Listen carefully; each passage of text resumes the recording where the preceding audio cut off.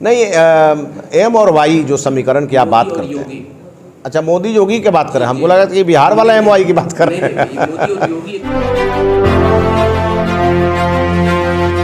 विधानसभा की 5 राज्यों में हुए चुनाव जिस तरीके से बीजेपी के लिए महत्वपूर्ण था, हालांकि 4 राज्यों में बीजेपी पूर्ण बहुमत के साथ सरकार बना रही है। प्रचंड बहुमत हासिल करके बीजेपी इस बार पूरी तरीके से गदगद नजर आ रही है। उसके लिए सबसे महत्वपूर्ण था उत्तर प्रदेश का चुनाव, लेकिन उत्तर प्रदेश का चुनाव भी भारी बहुमत के साथ जीत करके और फिर से बीजेपी की सरकार वहां बन रही है। इसको लेकर के कई प्रभारी जो बनाए गए थे, उसमें मिथिलेश तिवारी 7 विधानसभा के सीटों के प्रभारी बनाए गए थे और 7 विधानसभा पे बीजेपी जीत हासिल की है। इसको लेकर के मिथिलेश तिवारी आज सिवान आए हुए थे और पूर्व सांसद ओम प्रकाश के आवास पर उन्होंने प्रेस को संबोधित करते हुए सभी को बधाई दी। इस मौके पे संजय पांडे जो कि जिला अध्यक्ष हैं वो भी मौजूद थे। आइए सुनते हैं उन्होंने क्या कुछ कहा। यूपी विधानसभा चुनाव हुआ है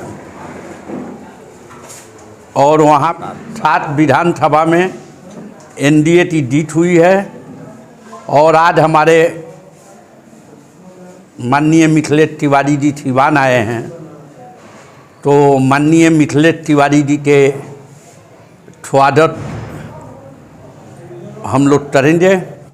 सबसे पहले तो सिवान के काफ़ी दिनों के बाद सभी प्रिंट मीडिया और इलेक्ट्रॉनिक मीडिया के दोस्तों को नमस्कार। मंच पर हमारे दाहिनी ओर पार्टी के प्रदेश के उपाध्यक्ष और पूरे बिहार में चर्चित नेता, जिनकी एक बड़ी पृष्ठभूमि रही है सिवान को आज़ाद कराने में, पूर्व सांसद, पूर्व नहीं मैं कहूँगा इसलिए कि चूँकि हारे नहीं है ये, हम लोगों ने इनको बिठा दिया था। तो ऐसे हमारे नेता श्री ओम प्रकाश यादव जी, जिनके नेतृत्व में खड्डा विधानसभा लगभग 42,000 से ज़्यादा मतों के अंतर से भारतीय जनता पार्टी के एक सिपाही ने निषाद पार्टी के सिंबल पर जीता है। ये बहुत बड़ी बात है, चूँकि उस विधानसभा में कभी निषाद पार्टी का सिंबल कभी लोगों ने देखा नहीं था। तो एक चुनौती थी कि जहां लोगों को कमल फूल पर वोट डालने की आदत हो और बीजेपी का जिला महामंत्री बहुत ही सुयोग्य कार्यकर्ता को लास्ट में निषाद पार्टी के टिकट पर लड़ना पड़ा। एक ऐसा घटनाक्रम वहां हुआ और वो बड़ा ही सुदूर विधानसभा क्षेत्र है। आप जब उस विधानसभा को देखेंगे तो आपको ऐसा लगेगा कि जो हमारा बैकुंठपुर है उस प्रकार का, एकदम नदी के किनारे, चंपारण के छोर पे कबूतर नेपाल एक तरफ सटता है, एक तरफ चंपारण सटता है और काफ़ी ग्रामीण इलाका है, शहरीकरण वहाँ कहीं है ही नहीं। और जहाँ पर सच पूछिए तो समाजवादी पार्टी का भी बड़ा दबदबा रहता है, वैसे क्षेत्र में 2.5 महीने तक लगातार रह करके ओम प्रकाश यादव जी ने उस क्षेत्र में भारतीय जनता पार्टी निषाद पार्टी के संयुक्त उम्मीदवार विवेकानंद पांडे को बड़ी जीत दिलाई है। इस नाते मैं भी आज यहाँ आभार प्रकट करने के लिए आया। संजय पांडे जी के नेतृत्व में यहाँ भारतीय जनता पार्टी बहुत मजबूती के साथ चल रही है और इन्होंने भी बहुत सारे कार्यकर्ताओं को उत्तर प्रदेश के कई विधानसभाओं में भेजा था। आदरणीय मंगल पांडे जी जो राज्य के स्वास्थ्य मंत्री हैं, उन्होंने भी लंबे समय तक जा कर के और उत्तराखंड में पार्टी की जीत दिलाने में उन्होंने अहम अपना रोल अदा किया। इस नाते सिवान जिला भारतीय जनता पार्टी का अहम योगदान उत्तराखंड के लिए भी है और उत्तर प्रदेश के लिए भी है। मैं कुशीनगर ज़िले में जहां मैं प्रभारी था और वहां 7 विधानसभाओं सीट में किसी विधानसभा में हम लोग 40,000 से नीचे से नहीं जीते हैं। लैंडस्लाइड विक्ट्री इसको कह सकते हैं। बाकी समाजवादी पार्टी सेकंड में रही है, इसके अलावा सभी पार्टियों की जमानतें जब्त हो गई है। तो एक बहुत बड़ी जीत मिली है कुशीनगर ज़िले में, जहां पर हमारे 16 लोग, हम सभी 16 थे और वहाँ खड्डा विधानसभा में उसका नेतृत्व ओम प्रकाश यादव जी कर रहे थे और मैं पूरे ज़िले को देख रहा था।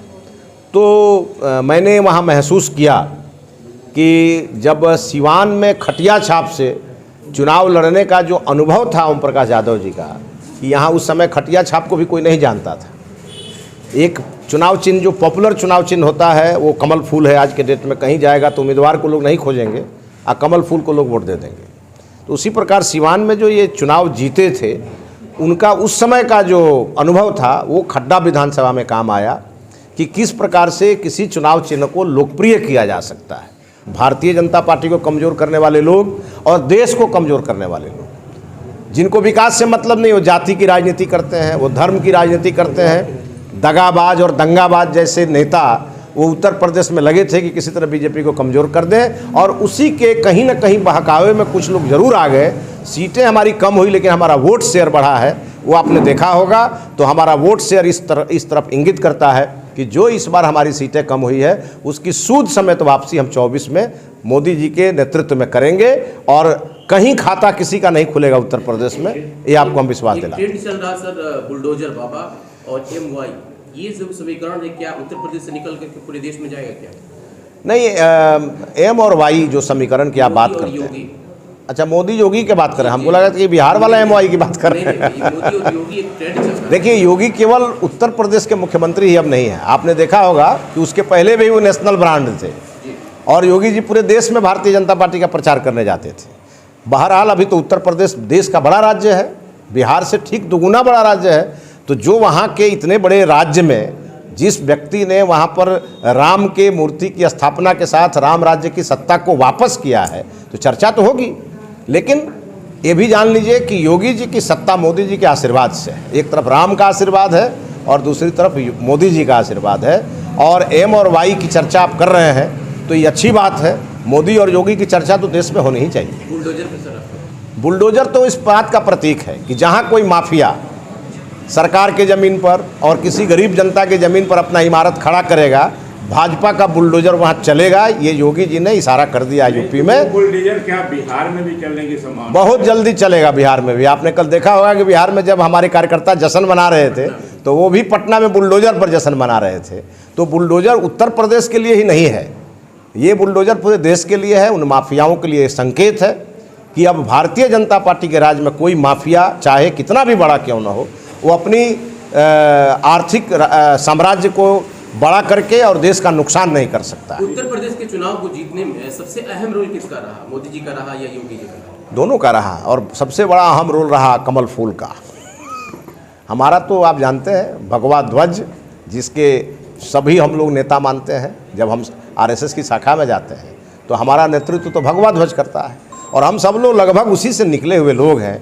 और भारतीय जनता पार्टी राजनीतिक दल में हम हैं, तो हमारे नेता के रूप में देश के नेता, देश के नहीं अब तो दुनिया के नेता मोदी जी और उत्तर प्रदेश के नेता योगी जी, ये हमारे पास है, बाकी किसी के पास नहीं है।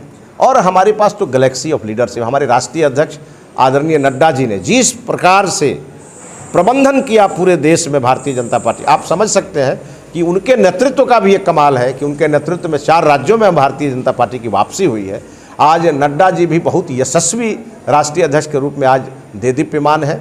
और हमारे गृह मंत्री जी जिस प्रकार से अपनी कुशलता के साथ ये बुलडोज़र को डीजल और पानी देते रहे हैं समय समय पर, और वो बुलडोज़र योगी जी चलाते रहे हैं, ये इसी की विजय है। और जनता बहरहाल बहुत खुश है।